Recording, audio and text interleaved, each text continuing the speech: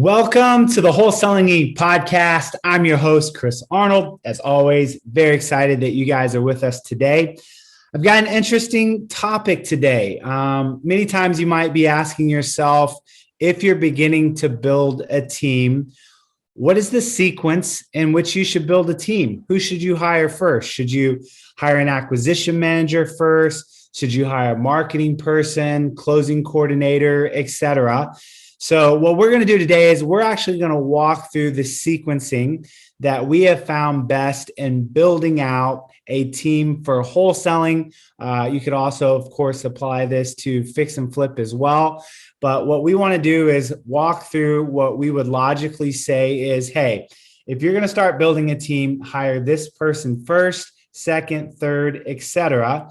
We will also, of course, kind of give a brief job description of how we define that position. And then we'll kind of close out today with some tips on, how you might consider paying that person, how to make this affordable. And so literally, we're going to go through 6 different positions today in the order in which we would build that. Now, let me always say this is not black and white.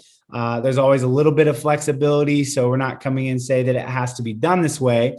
But for the most part, what we have found is this is the most effective way to do that. And so today with me, I have my Chief Operating Officer, Cierra, who obviously runs the HR in our company. And of course, her and I have been working together now for about 9 years. So we're putting all of that experience, all of the good hires, bad hires, mistakes that we've made, and we're going to allow you guys to glean from that today and really bring you probably something that you've asked yourself before, but maybe really haven't heard a podcast about. And so really excited to break down the actual sequencing for building your team. Now, if you're listening, you might not build a team to the size that we're talking about today.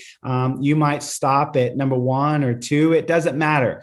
It's your business. It's your choice. You can build your team however big you want. But if you decide to grow and grow and grow, we literally want to leave you with a roadmap for what we would consider the most effective way in the sense of a chronological type of thinking on how to hire. So let's jump into this. I'm excited about this topic today. Cierra, what's up? Welcome back to the show. Glad to have you. How are you? I'm good. I'm ready to get started. All right. When did you take over the HR for us? Because I know at this point, you pretty much do all of our hiring. How long has that been going on? I think it's probably been the last 4 or 5 years. I always had kind of a hand in recommending people. I'm just good at finding help, I think. But I didn't really take over the actual full interviews and assessments and all of that until about probably 5 years or so. And so. Which meant before that, I was actually doing this. And what I will tell you is I find a lot of times that if you are the visionary of the company or the owner, you're probably not the best when it comes to hiring. By nature, most of us as entrepreneurs are pretty impatient. And I don't know about you if you're listening, but I'm so excited just to talk about the vision and where we're going that I actually don't do the very best job of digging in and asking all of the right questions. So when it comes to hiring, I have found it better to put somebody in that position that's going to do it at a better job than I do. So again, if you're hiring yourself right now, hey, continue to do that. But at some point, also consider the fact that you can hand over the HR side of your business to somebody that's going to come in and has a lot more patience than you do to sit down and really do the due diligence that's needed in making a great hire. So let's hop in. So Cierra, I'm building a team. I'm a one-person show, one man, one woman show, solo entrepreneur. I start to get busy. I feel it. I'm working a lot of hours. And the first thing I recognize is I need help. I cannot keep juggling all the balls that I'm juggling. My question is, who would be the first person that you would hire in your organization if you started to expand and begin to leverage through a team? I would say hands down, it is a closing manager.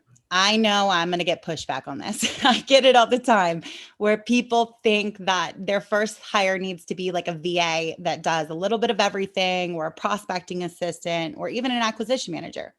I disagree. we need that closing side covered. So, especially with investors, like in real estate specifically, you usually get into it because you like some sort of like thrill of the deal, chasing the deal, getting the deal.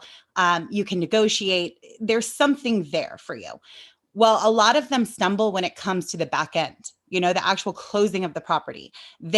They start to see things pop up like documents that are not properly filled out. They're having to coordinate with the seller and the buyer and the title company. And it drags you back into the back end. So you don't have time to focus on the front, and you don't have time to focus on getting more deals. So I always say, hire a closing manager first. It's a different personality. It's a different personality than, a deal closer. You want somebody that's really administrative minded there, that can make sure that all, I's are dotted and T's are crossed. And that's definitely a closing manager for that business. And as we're going through this, let's give a little bit of a job description, because again, someone might be a little bit newer and go, okay, so what are the top 2 to 3 things that a closing manager does? Like, what is their primary job description? So I would say the first thing, the most important thing, is to make sure that you have all documentation filled out. So instead of being a business owner and chasing a seller to make sure that you have, all these contracts signed and you're getting, the documentation that title needs, you're using your closing manager to do that. That is their responsibility, to make sure that all documentation is there, filled out. They have names, they can do a name search. They have all the information they need to make sure that title can close. And then second to that is the coordinating. You should not be chasing sellers and buyers to get them to the closing table. So that's a responsibility of the closing manager, is to chase your buyers and the sellers and make sure they're at the same place at the proper time. And that you're not doing that, chasing them yourself. And then communicating with title overall, making sure that things are flowing, that deals are being closed, that they have everything they need to get that deal closed. Because at the end of the day, if title doesn't close, you have nothing. You might have a contract, but you don't have, cash in hand after that. So it's an important piece. Absolutely. Okay. So sequence number 1, step number 1, closing manager. So let's say I hire my closing manager. I've got that person, that individual trained. Again, we start to it's always about getting busier, right? So all of a sudden business is growing, doing more deals. Now we need to leverage again. Now we need to put somebody else in another seat. Who would be the second person that you would consider hiring if you wanted to hire in the right sequence? So my number 2 is kind of a tie between a prospecting assistant and an acquisition manager. And the reason for this is mainly based on personality. If you're an investor that loves, getting the deal and you're really, really obsessed with like that chase and closing things yourselves and getting things under contract, then you probably want to look for a prospecting assistant that can help tee things up for you. And a prospecting assistant, their main responsibility is to be that customer service kind of main point. They're answering inbound calls, they're making outbound calls, they're teeing people up, they're defining motivation, they're getting price range, they're having conversations, warming these people up to get them in your hands so you can make the close. I've also met investors that are on the other side of this, that they don't like the acquisition part at all. They want out of it as soon as possible. And so in that case, I would definitely think about hiring an acquisition manager, bringing that person in to start closing deals for you, to start getting deals, and then follow that with a prospecting assistant that can start teeing things up for that acquisition manager. Okay. So let me recap that a little bit. So what you're saying is it's really based on the personality of the investor. So if I'm the type of person that loves to get out there, get belly to belly, face to face with the salesperson, and I know people like that, like they just love to go out and get deals executed. If that's the case, if that's your personality, then what you want is you want a prospecting assistant that's just going to make sure that only the warm leads, those that are ready and motivated to do a deal, get to you. So they're fundamentally there to kind of be a gatekeeper for you. Yeah. But you can flip-flop that and go in the opposite direction. And if you really don't like getting out there and closing deals, then in that case, you would say, hey, come in, hire an acquisition manager first and get that off of your plate. So what we're fundamentally saying there is you've got some flexibility because every person that's listening to this podcast is wired in a different way. And so whatever gifting that you have, whatever you find really drives energy for you, that's the direction that you should go. And whatever is draining your energy, that's the person that you should hire first. So we got number one, the closing manager. Number two, the prospecting assistant. And number three, the actual acquisition manager that's getting the contract signed. So let's go to number four. I've got all three of those in place. Who would be my fourth hire? Lead manager. And I see this one overlooked over and over and over. A lead manager's sole responsibility is to audit your system, to make sure that your acquisition manager is following up, leaving notes, setting statuses, doing all of those things, as well as your prospecting assistant. They're monitoring every lead that comes into that system to make sure that you're not wasting money. And I know so many investors that just completely disregard this position.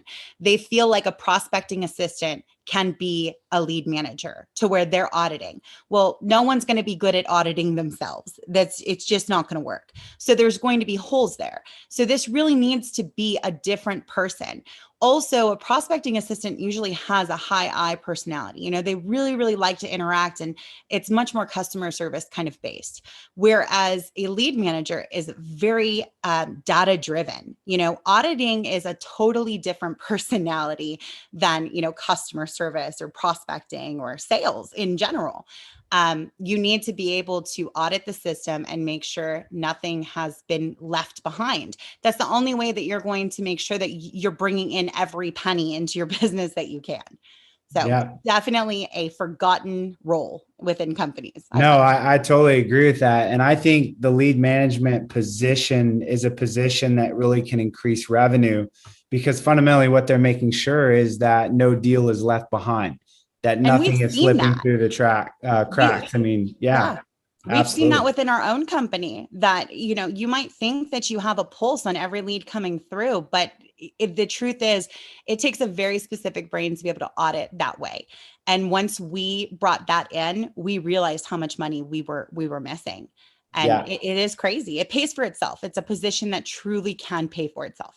Of course. And I think that position is really what lights a fire under the acquisition manager because they realize that what they're doing in the system is being watched, right? Mm-hmm. So they always say, inspect what you expect, right?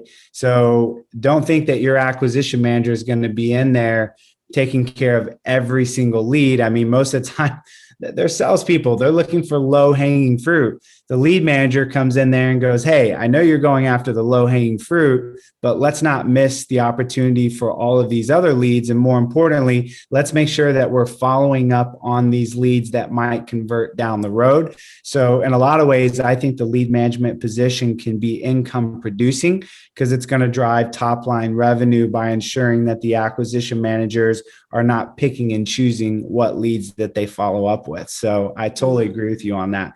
So let's go to number 5. You got a lead manager in place.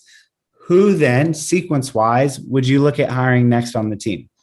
A marketing assistant or marketing manager. Again, this is another role where I see it's very difficult for the owner or the investor to kind of let go of this position themselves. They try to fill this as long as possible. And I understand why. They're putting money toward, this is where you're spending the bulk of your money, is your marketing. And so I know why it's so hard for them to let go. I totally understand that. But you also have to realize all of these positions have very specific personalities that really should be in them. And marketing is another one where you need to have that creative brain. And a lot of visionaries or investors that are visionaries that I've met, they're not really as on the creative side, as more like they're driving that vision. They come up with the vision, but the implementation isn't really their strong suit. That's why they have somebody like an integrator or a marketing assistant or these other roles. And so it's one that I find people are very hesitant to let go of, but are always very grateful when they do. Because if you can find somebody to take that role and to drive your marketing and spend their time researching and getting their creative brain on it, you're going to see it pay off in the end. it's going to pay off for you, because somebody can always do that better. It's just what this is. So it's a big one, but I do see some hesitation letting that one go. Yeah. And I agree. I mean, there is a sense of not giving up that control, as you said, number one, because it's really giving up control of money, because most of my money is going there. And number two, I think everyone really has, this idea that they want to be a great marketer. It's a sexy position, right? Every time I get into a conversation about real estate, I promise that 8 out of 10 times the conversation is around marketing. Like, what marketing strategy are you utilizing and what's cutting edge and so forth. So I think it's mostly a mixture of fear, because I don't want to, lose money that I'm investing, but also it's something that I really enjoy tinkering with. But again, the marketing assistant is going to come in and they're going to be able to tinker with it full time. I mean, at this point, if you got a closing manager, prospecting assistant, acquisition manager in place, and a lead manager, I'm sorry, not all of your time is going to be able to be focused on the marketing, because now you're running a team. So I know personally for me, what happened over time is I was running the marketing side, but I started to get really pulled in too many directions. I got too thin, and therefore my ability to market at the level that I used to when that was my primary job began to drop. And so I know that was one of the main reasons that we handed over the marketing part, because it was like, hey, Chris, we know you love to do this, but there is a point in which you just can't put the time and attention into it that you need. And so I remember you guys challenged me on that, and we brought in, of course, Grace to take over the marketing side of it as well. So let's go to number 6, the last one that we're going to talk about today. What is the 6th position that you would hire for in Delegate? Dispositions. And I leave this for last so intentionally. And I've seen people try to flip-flop all of these roles, and there is a reason for the sequence. And dispositions being last, I feel like, is such an important part. If you try to give this up too soon, you're really kind of shooting yourself in the foot. You've created these relationships with your buyers. When you hand dispositions off, you need to make sure that you are putting somebody in place to take your spot that is going to be able to carry those relationships forward, understand the numbers as well as you. I've heard of a lot of investors hiring somebody for dispositions and really having them be the person that talks to investors, but they're not responsible for actually running the numbers. The owner is still trying to run the numbers behind the scenes. That is not a good hire. It's not a good use of your time to only hand off part of that role. The beauty of that dispositions role is not only are they creating and maintaining those relationships, but they're also so familiar with every area in your market, every number, that they're able to they're able to negotiate on the spot. They should not have to call you in to ask for your input on numbers. And so before you hand that off to somebody, it needs to be the right person. It needs to be the right person that can carry those relationships forward, continue to maintain them, create new relationships with your buyers. But it also needs to be somebody that is a quick learner, that understands the markets and what areas are different and what kind of houses people are looking for or properties people are looking for. It's such a more in-depth position that if you hand it off too early, it really could hurt you in the long run. So this one, I'm very careful to leave this to last, because you have to be prepared to hand it to the right person. Okay. So let's recap that one more time. In our opinion, just based again on our years of experience, if we were to challenge you and say, hey, if you're going to start building a team, what is the right order to consider hiring again? And again, we give that with the caveat. We're not saying that this is etched in stone, but this is what we found to be best is number 1, closing manager. Number 2, prospecting assistant. Number 3, acquisition manager. Number 4, lead manager. 5, marketing assistant, and 6, disposition. And the caveat that we said was when it comes to the prospecting assistant and acquisition manager, those two are obviously interchangeable based on your personality. So let's transition to this last part, Cierra. And that's kind of pay, right? Like, what are some tips and so forth that we can give the audience today on, do I hire virtually, in office, part-time, full-time, 1099, W-2? So what would be a few practical things that you would pass along? Because again, when you start building a team, it costs money. And so I know for some people, the thought of growing a team, that becomes, a little bit nerve wracking, because now all of a sudden you have to cover payroll. I mean, I remember when I hired my first assistant, I was so nervous to have to make payroll for just one person. I was like, this person's livelihood is dependent on me. And so I can go back to that moment in time of making that hire. And I remember how nervous I was about being responsible for somebody's pay. So give us a few tips on really structuring and really setting this up in a way so people might begin to wrap their mind around some different opportunities and ways that they can structure pay. Well, the first thing I want to hit on is virtual versus like in office or in-house. So a lot of people kind of disregard this whole virtual world, or they think they have to go overseas to find somebody virtual. Not true. Our entire staff is virtual. We've been virtual for years and years and years. And the reason virtual works is because you're broadening your talent pool. If you're posting US based, but you're posting, anywhere in the US, you're going to open that talent pool to pick up people that you would have never even met, you would have never considered, because you would have not known about them. And so that rate of pay is also going to differ. If you find somebody in a very rural area, their expectations of pay or their need in terms of pay could be completely different than somebody in a big city. So if you open up the virtual talent pool, I think that's the first real tip is, if you don't need somebody there at your desk with you every day, go virtual, go US virtual. There are a lot of really talented people out there that are looking for at-home work, that are willing to do it at kind of a discounted rate, or they just don't need as much as somebody maybe in your local area. So that's tip number one. Also, part-time versus full-time. You don't necessarily need a lead manager that is full-time. I kind of think that would be crazy to have somebody in there, 40 hours a week. You need somebody to pop in and to do daily audits. That's maybe 1 to 2 hours a day. The way that we have it structured is the lead manager comes in at the end of the day, looks through everything that came through in the system for that day to make sure it was status properly, that it was followed up on, and all of that. And then they look at follow-ups. Did all the follow-ups get hit? What were their conversations had? Were they notated? And that's only 1 hour to 2 hours a day. So that's a part-time role. It's not something where you need to find somebody full-time for this role. So that can save you as well. Acquisitions are typically commission-based. So you're finding an acquisition manager. It's not necessarily that you're paying out of pocket immediately. You're paying based on commission. So a lot of these roles can be kind of tweaked in order to fit your circumstance and your situation. So there's not so much pressure. Yeah. I think the last tip I think I have for that is 1099 versus W-2. Not everybody wants to be an employee.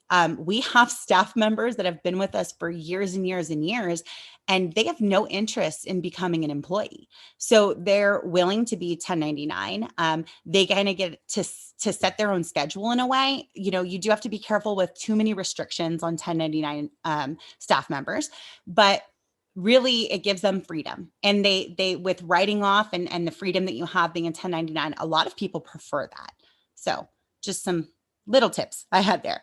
I know, and I think they're good tips. And I know one of the biggest things I learned going virtual was, I felt like when I hired people, when we had brick and mortar office back in the day, again, I've been doing real estate for 15 years. So, there wasn't really a sense of virtual 15 years ago. When you hired somebody, they actually came to your office, which meant there was an expectation that you hired them full time. Or if you were going to go part time, it was like a real part-time job, like 25 hours a week.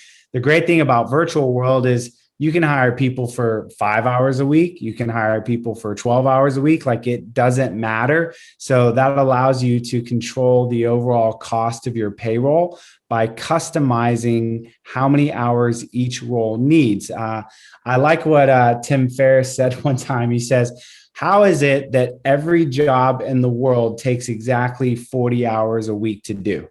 This is like, it doesn't. But we just live in a world in which like that's the conventional thing to do. You just hire people for 40 hours, but virtual world doesn't work that way. It allows you to hire people for whatever amount of hours they want. And again, in a virtual setting, we find that a lot of people aren't looking for full-time work.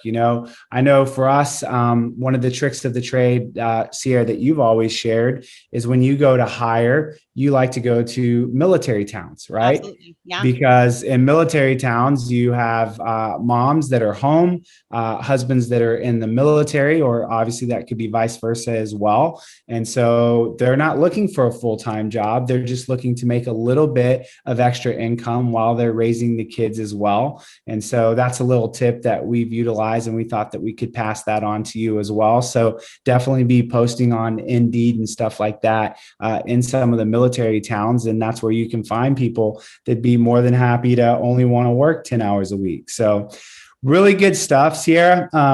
I know for a lot of people as they're building the team, that question comes up. And as you listen to this today and you're driving in your car or you're out walking or running right now, you might not have ever really thought about the sequencing, or maybe you're thinking about it right now and just like, I've never heard someone really break it down this way for you. So we wanted to take the time to actually break it down piece by piece on what we consider as the best sequencing for scaling up a team. And again, as I said at the top of the hour, it's your business. You might want to scale to a team this size, or you might want to keep it a smaller type of operation. But the beauty of business is it's your business, and you can grow it to whatever size that you want, or you can leverage it to whatever extent that you want to do that as well. So, Cierra, I really appreciate you coming on to the show today, as always.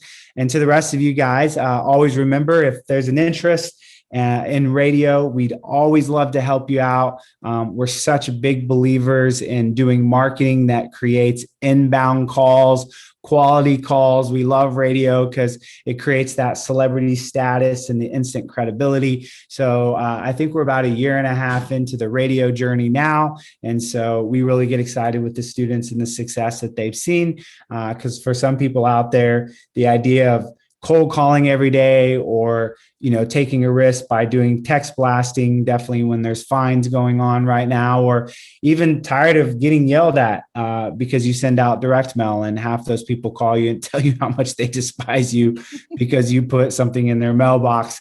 Radio is definitely an option for you as well. So as always, we challenge you, do your due diligence, find a channel that's a great fit for you. And radio might be that thing. And so if you want to take a look at it, it always begins with a simple conversation of asking some great questions and just sizing up the opportunity, just like you would take a look at any other opportunity. So you can always check that out at wholesalinginc.com/REI radio. Again, that's wholesalinginc.com/REI radio. And so to the rest of you guys, thank you so much for joining us. Cierra, thanks for popping on today and breaking the sequencing down with me. And to the rest of you guys, we will talk to you soon when we add more value. We'll catch you guys later. Thanks so much.